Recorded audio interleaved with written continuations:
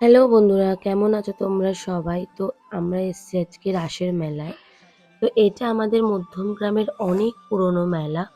আমি প্রায় ছোটবেলা থেকেই আসছি, আমার থেকেও যারা ছোট তারাও আসছে। তো এখানে আমরা এসেছি নিজের একটু কাজের জন্যই এসেছি। তারপরে মা আর আমি এসেছিলাম। সেখান থেকে দেখো আমরা কিছু কেনাকাটি করে এই যে spring potato my first time খাচ্ছে।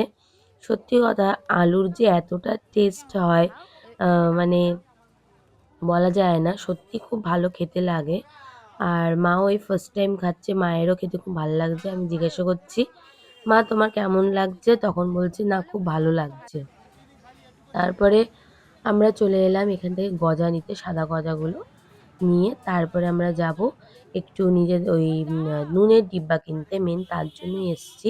তো মেলার থেকে আমি কিনিনি, মেলার থেকে দাম বেশি বলছিল। তো তারপরে আমার একটা কেক